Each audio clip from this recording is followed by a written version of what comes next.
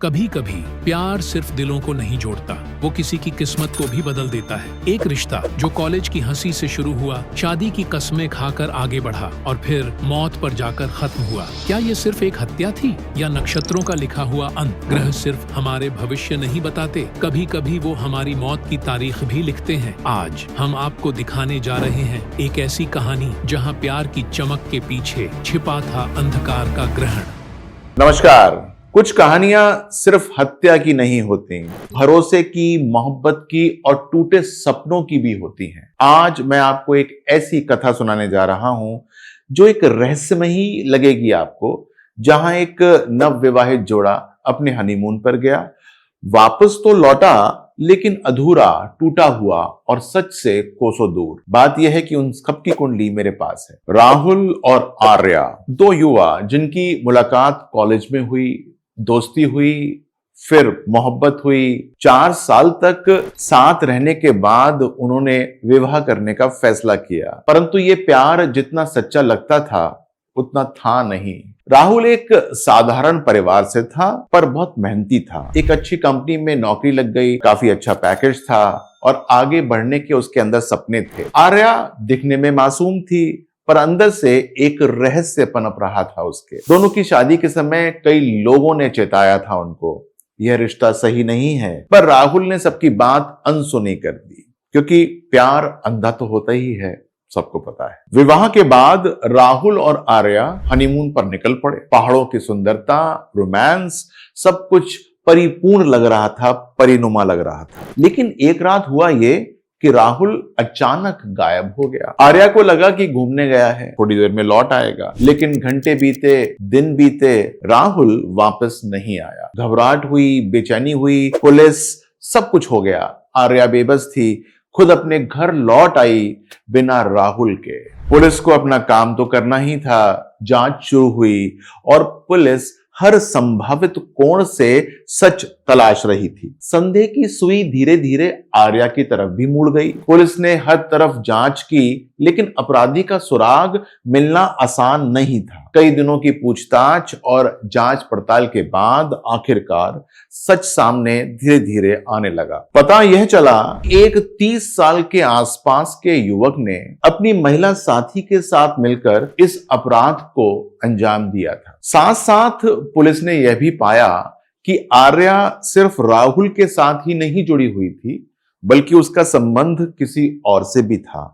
एक ऐसा युवक जो आर्थिक रूप से कमजोर था। जांच में यह भी सामने आया कि राहुल ने एक बहुत बड़ी बीमा की पॉलिसी भी ली थी, जिसकी लाभार्थी यानी कि बेनिफिशियरी आर्या ही थी। आर्या दोहरी जिंदगी जी रही थी। एक तरफ प्यार था, दूसरी तरफ लालच था, और यही दोहरा खेल अंततः हत्या का कारण बन गया। राहुल, जिसने अपने परिवार की चिंता छोड़ दी, जो सबकी बातों के खिलाफ हो गया था, उसने सिर्फ प्यार ही देखा था, जिसने उस लड़की पर भरोसा किया था, जो उसके साथ 4 साल तक रहा था, और अंत में वही भरोसा उसकी मौत का कारण बन गया। यह सिर्फ एक विश्वासघात नहीं, यह एक हत्या थी। यह कहानी हमें सोचने पर मजबूर करती है।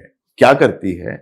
क्या हम सच में उस व्यक्ति को जानते हैं जिसे अपना मानना शुरू कर देते हैं? अब थोड़ी सी बात आप सोचिए, क्या ये सब पहले से जानना संभव था? जब मैंने राहुल की कुंडली देखी तो मुझे एहसास हुआ, कुछ योग ऐसे थे जो विवाह में बाधा पैदा कर रहे थे। कुछ एस्ट्रोलॉजर्स ने राहुल को भी सावधान किया था कि यह विवाह सहज नहीं है।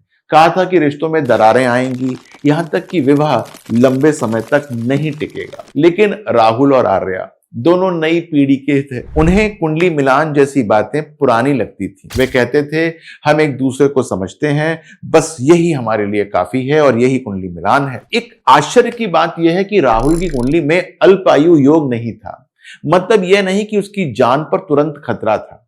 उसके जीवन में कई पॉजिटिव संकेत भी मौजूद थे। अच्छी नौकरी, प्रगति के योग, संघर्ष के बाद सफलता।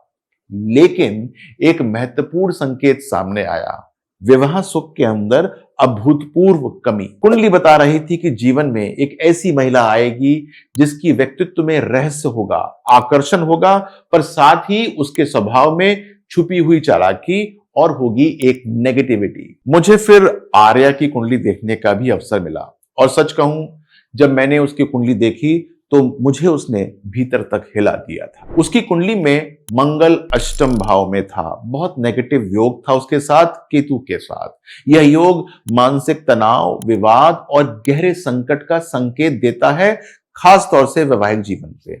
अष्टम भाव का स्वामी सातवें भाव में अगर बैठ जाए, यानी कि विवाह का क्षेत्र भी संकट से जुड़ जाता है। सिर्फ यही नहीं, तीसरे और 11वें भाव में एक छोटी सी इवैल्यूएशन और थी। तीसरे और 11वें भाव से सीधे सातवें भाव पर दृष्टि जा रही थी, जो बताता है कि आर्या अपने संबंधों के माध्यम से विवाह क्षेत्र में अशांति ला सकती थी। यह योग इतना प्रबल था कि वह स्वयं नहीं बल्कि दूसरों की कमजोरियों को भी भड़का सकता था। उसमें लालच की प्रवृत्ति स्पष्ट थी। उसे लगा कि राहुल की जीवन बीमा पॉलिसी से बड़ी रकम मिल जाएगी और वही धन उसे तुरंत अमीर बना देगा।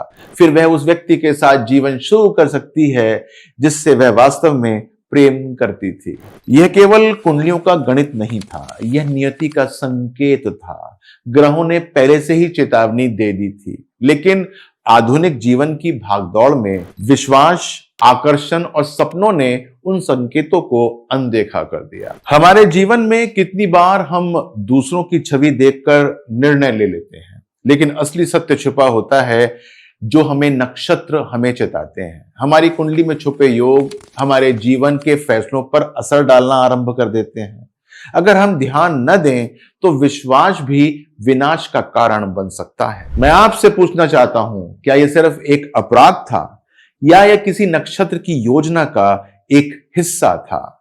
क्या ग्रहों की चाल ने एक जीवन छीन लिया या मनुष्य की इच्छाओं ने छीना इसको? मुझे कमेंट के अंदर आपका स्पष्ट उत्तर चाहिए होगा। और मैं आपको यहां बताना चाहता हूं कि आप अगर अपनी कुंडली के रहस्यों को जानना चाहते हैं तो मेरे साथ बने रहिएगा, क्योंकि सितारों की भाषा में छिपा है जीवन का सच।